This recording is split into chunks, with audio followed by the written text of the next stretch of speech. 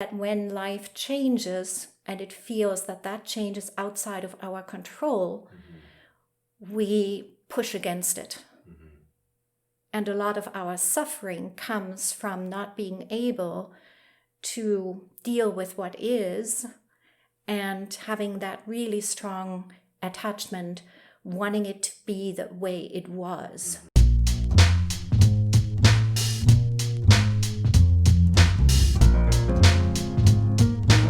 So I'm speaking today with Martina Steiger, who's the Director of Creative Conscious Transformation.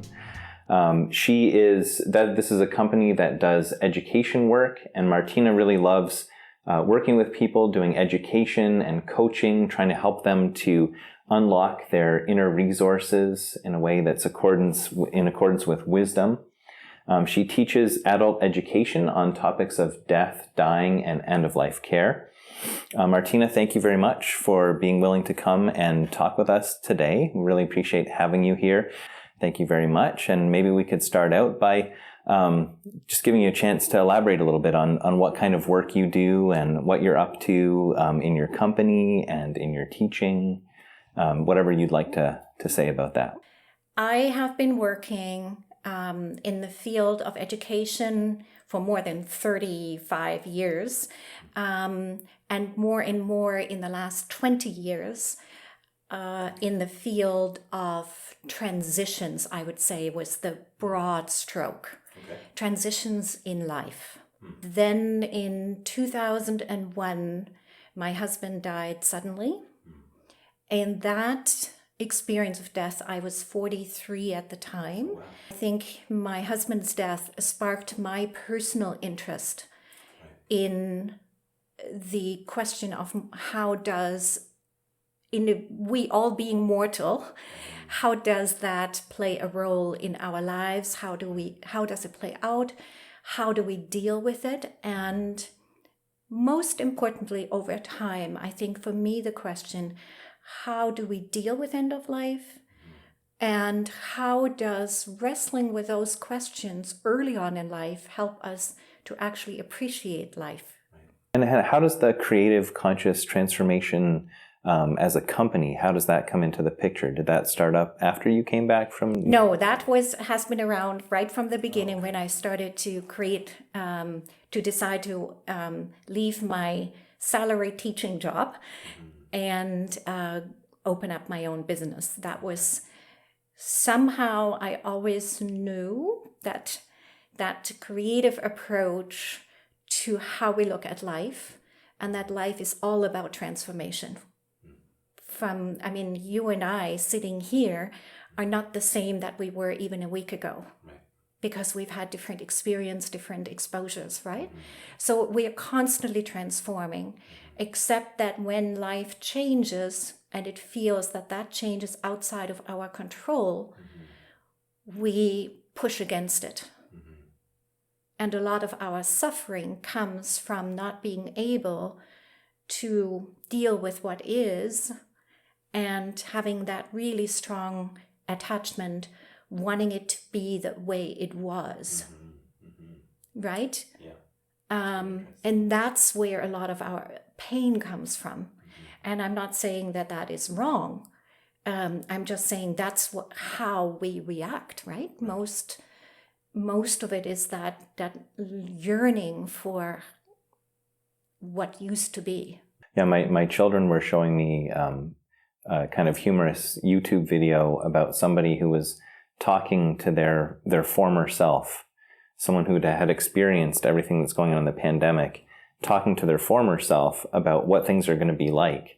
And the former self saying, no way, it's never going to get like that. That's never possibly going to happen. And the person like, oh yeah, wait till you get there. It's really here. This has really happened. So yeah, it is a big, and just wrestling through how can we deal with all of this change that's happened and still the uncertainty because we're in the middle of it right now. Yes. Where are things going, right, in the future? And what does this mean?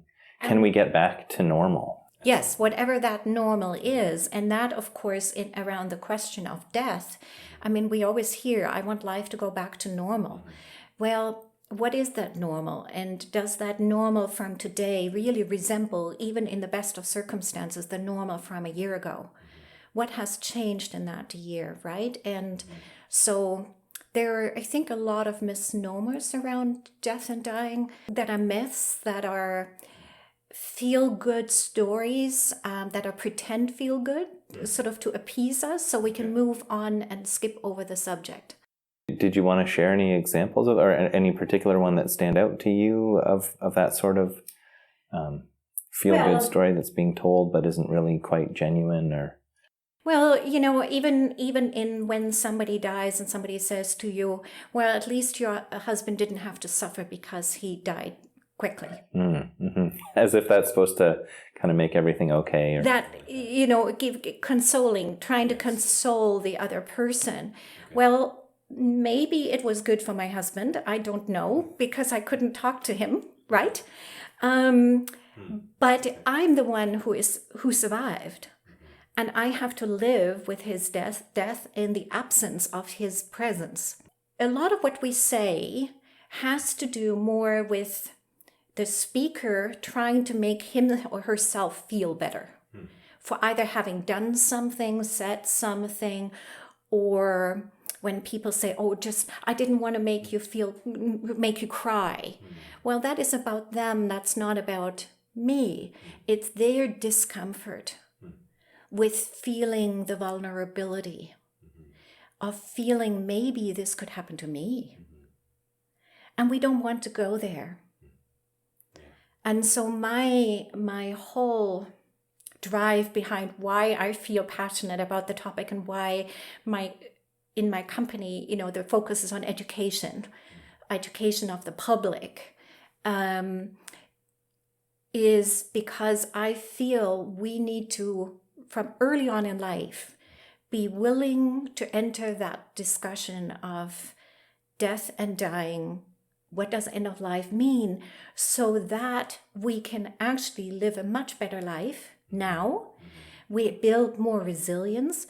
And also, very important for our society, is to come up with much more creative ways to deal with end of life. And this pandemic has shown what we all have known, that we are not treating end of life with the dignity, the creativity, the sense of community that it deserves.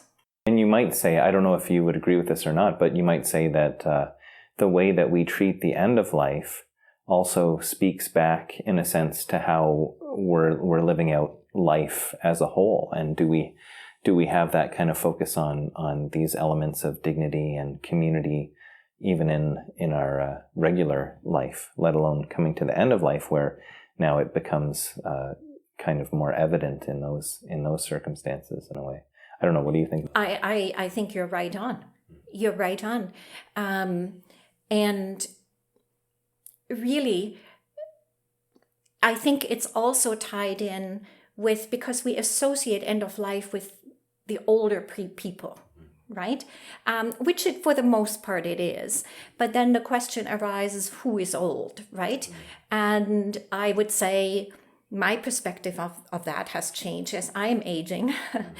In my 40s, I thought I was already fairly old, right? Wiser, much more mature, and so on.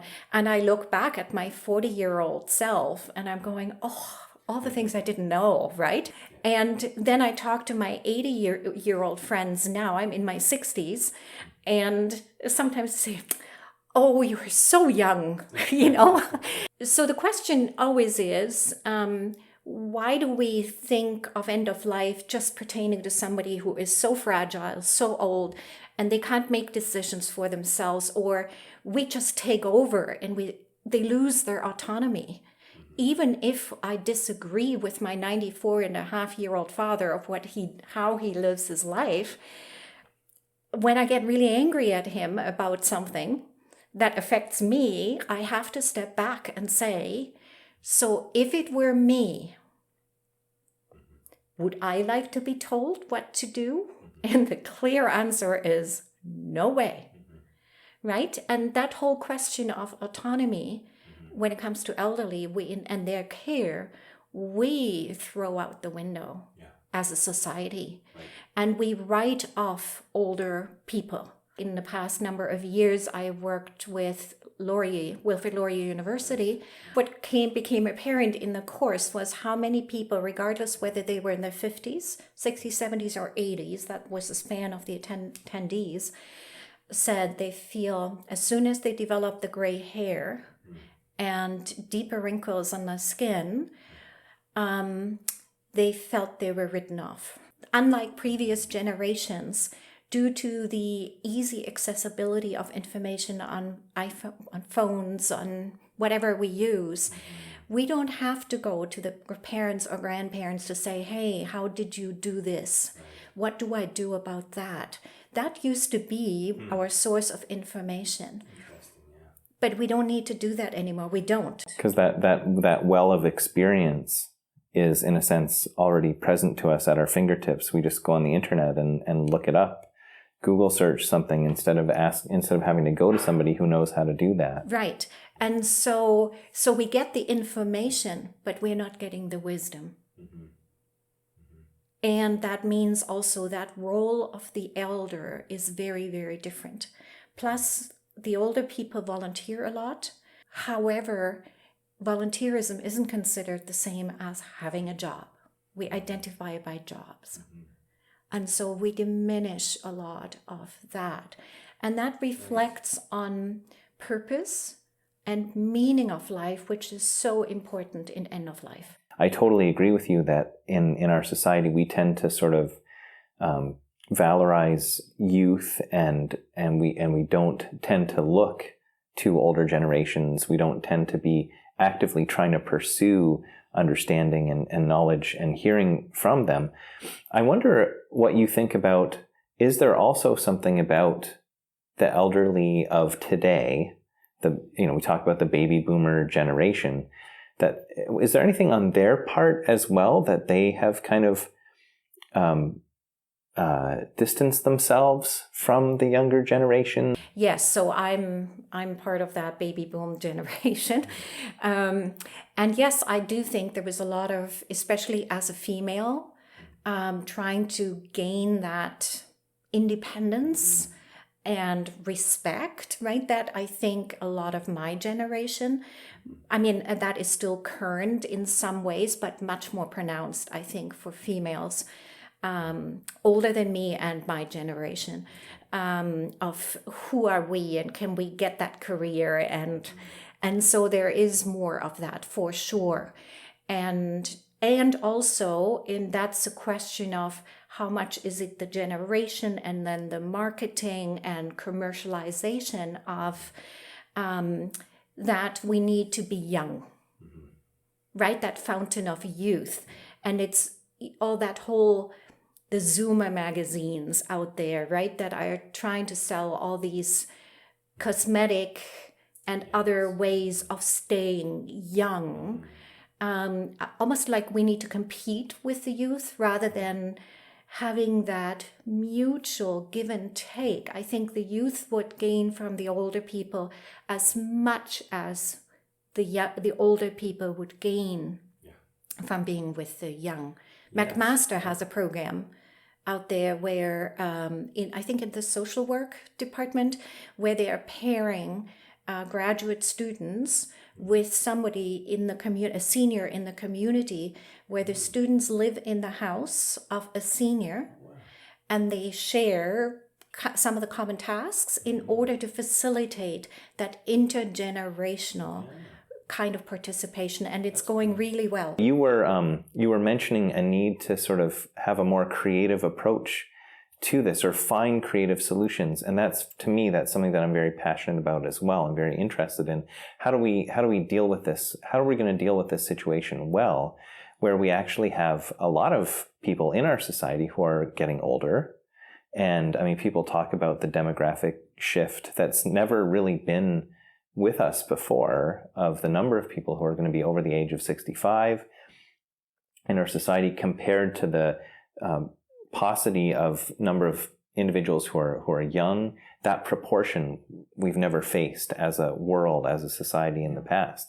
And how are we going to navigate this well in a way that we can we can say we're proud of ourselves as a society. We're doing well. We're doing a good job of this. What are the kind of creative things we can come up with to navigate that is a really important question to me. You mentioned the theme of autonomy as in relation to that. I just wonder if you want to share any more insights about that. Well, I think there are some potential models out there of small attempts. They're not large-scale attempts, where a nursing long-term care home, assisted living home is actually integrated with kindergarten and school. And so they actually schedule time for storytelling with an older person and a young person, because so many kids don't grow up with grandparents or great-grandparents, right? That we live in North America, we live a very isolated life for the most part, generationally speaking. So there are attempts of saying what happens when we mix, and not just driving from one place to another, but actually physically integrating it. So there are some attempts in the United States, in Europe, in some in Canada, of experiments. So that would be, to me, would be a fascinating approach. Just figuring it out now in how to get high school kids involved in connecting with an older person. I mean, we have the big brother kind of idea that is that mentoring of a younger person with an older person, but how can we do that on a larger scale? Right. The idea that I will end up in whether it's a retirement home, assisted living, or full long-term care home is absolutely frightening. When I go into these places, you're surrounded by people that are fragile, very fragile, some of them who have mental cognitive impairment. You don't get the stimulation that you get when you are just in a community of mixed abilities and ages. So this kind of segregation that we tend to, our society, the way it's set up, we tend to be kind of putting older people to the side. Here's your little space over here, and maybe we'll come and pay a visit, but it's not integrated with the rest of society. Yeah. It's not interactive. So increasing that interactivity. That sounds like I'd like to know more about the results of this, because that sounds like a beautiful thing to me. I'm just imagining young children in school sitting there and hearing stories from somebody who's had these experiences of things that they have no idea about. Maybe they've participated in a war or some big cultural movement in the past that maybe they've heard of, but this person can actually speak. They were there. And then in turn, the older generation is then more able to also understand the interest of the younger people if they're in their space, and maybe they see their fascination with video gaming. Right? An older person, they found that the older people are more likely to ask them about it and maybe even try it and open up new worlds. And maybe we could, an 80-year-old could connect and play a video game with an 18-year-old. But it won't happen if we continue to isolate our young and we isolate the middle-aged, and which we are due to work mainly and family, and then we isolate the older people again. Yeah, and I mean, you're mentioning that due to like the way that we approach work and due to the way that we set up, our neighborhoods, and there's so many factors. It's almost like, how do we go about practically taking steps to make these changes and to fight against this sort of cultural disintegration, disconnectedness between the generations? What can we do? I mean, let's say you're a university student and you're in a family, and you've got grandparents, and you've got your parents, and you've got some older relatives, aunts and uncles, maybe. What can you do? What can you do? What can an individual do? I mean, we want to, at the level of actual institutions and policies and stuff like that, there's a lot to be done there. That's really important. Would there be anything that you'd want to say to just an individual? Like, what can you do to help this situation, to kind of bring a greater integration? First of all, I think we need to be open to talking about what happens in life, like death and dying and aging, right? What that means, and not be afraid of it. Have those conversations. Ask what people want in life and what they want out of life, what their goals are, what their milestones are at each point, and have that an open conversation among the various generations. That, I think, is the beginning. So we can actually talk about if I'm afraid of dying, so what are you afraid of? Is it the actual process of dying, or are you afraid to be alone before you die or when you die? Because most people are actually afraid of the whole process, not the actual dying part.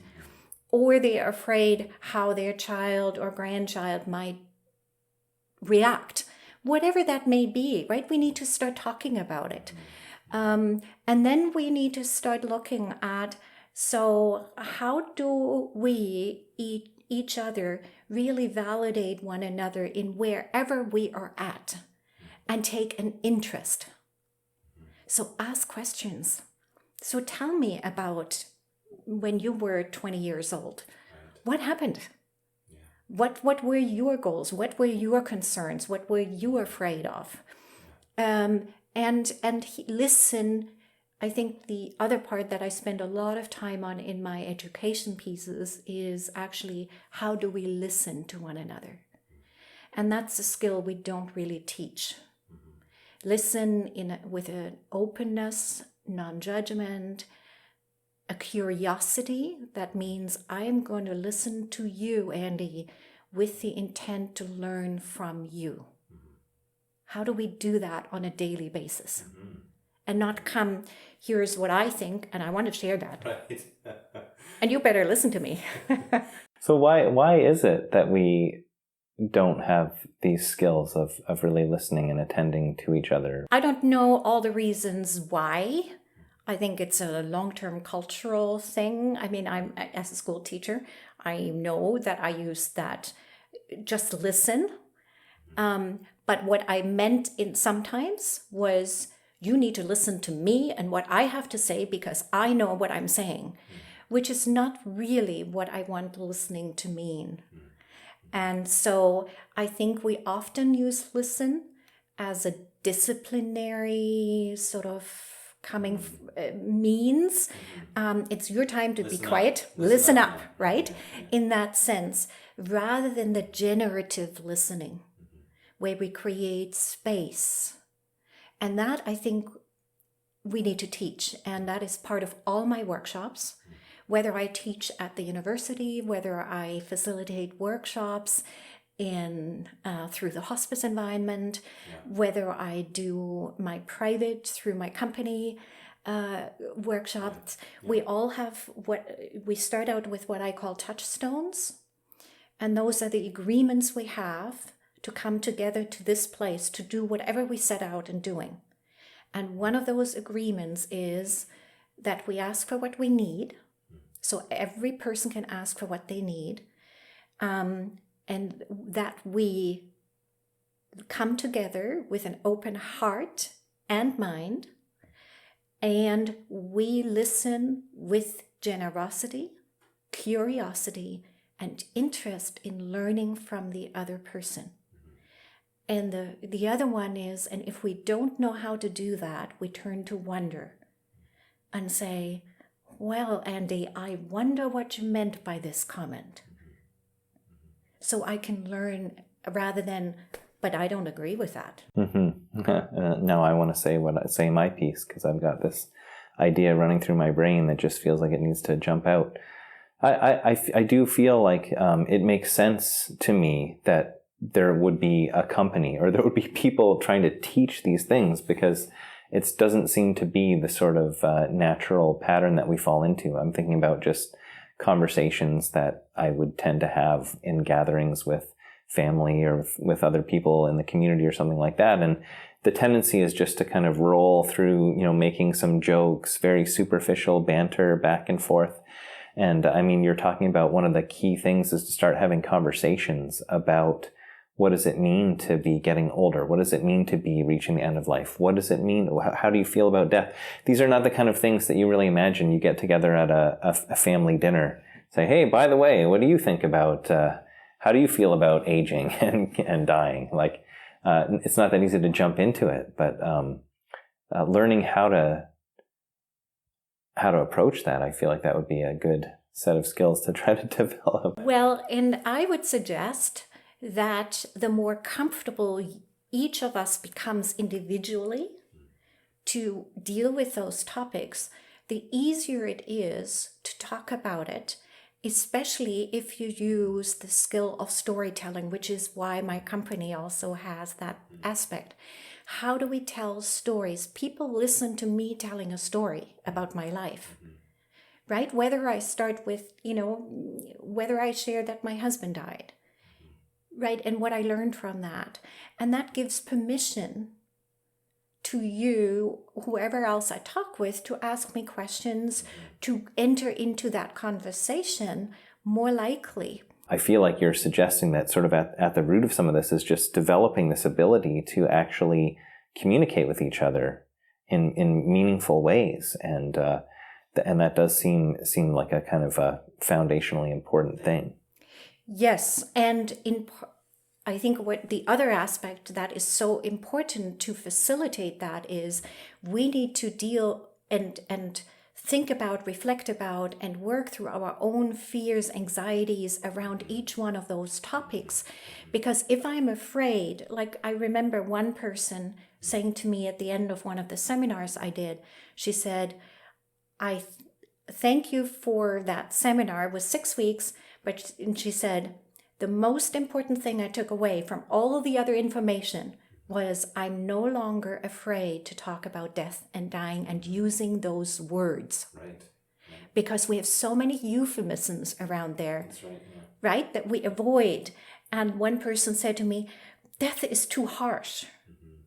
The word death, right? And this woman, she nailed it. She said, I now feel so much freer to just say it and not feel, oh, this is something I need to be really careful about. And so that just making it part of every day, which until about 100 years ago, death was part of everyday life. It's only through modern medicine and technology that enabled us to warehouse death and dying. And that's what still is going on. And I think that brings me to one other point that is, I think, important. We have segregated the medical, physical aspect of death and dying from the emotional, mental, and spiritual aspects of death and dying. Okay. And death and dying and whatever the healthcare system is about rescuing and saving our lives at any cost. And we get swept away with the miracles our modern technology can do and can accomplish, and rightly so, some amazing things. However, we have a lot to be thankful for there. We do. But and there is the cost that is attached to it that comes on an emotional, mental, and spiritual level, whatever we understand the spiritual meaning, the part that gives meaning to us in life, right? If I can define spirituality, just that meaning-making aspect of life. It's a hard word to define, but yes, we'll take that as the definition. Yeah, and that can be religion for some, it can be nature for somebody else, but it's that part. That has been pushed off to the side as not as important as that physical aspect. And it's shifting slowly, but until very recently, and I would say until about 10 years ago, there wasn't room for any of that discussion or much of that discussion. And the idea, the understanding of the medical system is to save lives, right? And death in medicine is considered failure. And as long as we approach complicated situations like that, then we are missing an opportunity. Well, I really appreciate you being here today. I wonder if there's any sort of final parting thoughts that you have, any last insights you'd like to share with our audience today? I think there is no point that's too early to start having that conversation with somebody, and just getting interested in learning more about it, and maybe going out to reaching out to a hospice worker and get information first of what it means, and not relegate, oh, that's for the last 3 months of life and I don't need to know anything about it. Just be curious.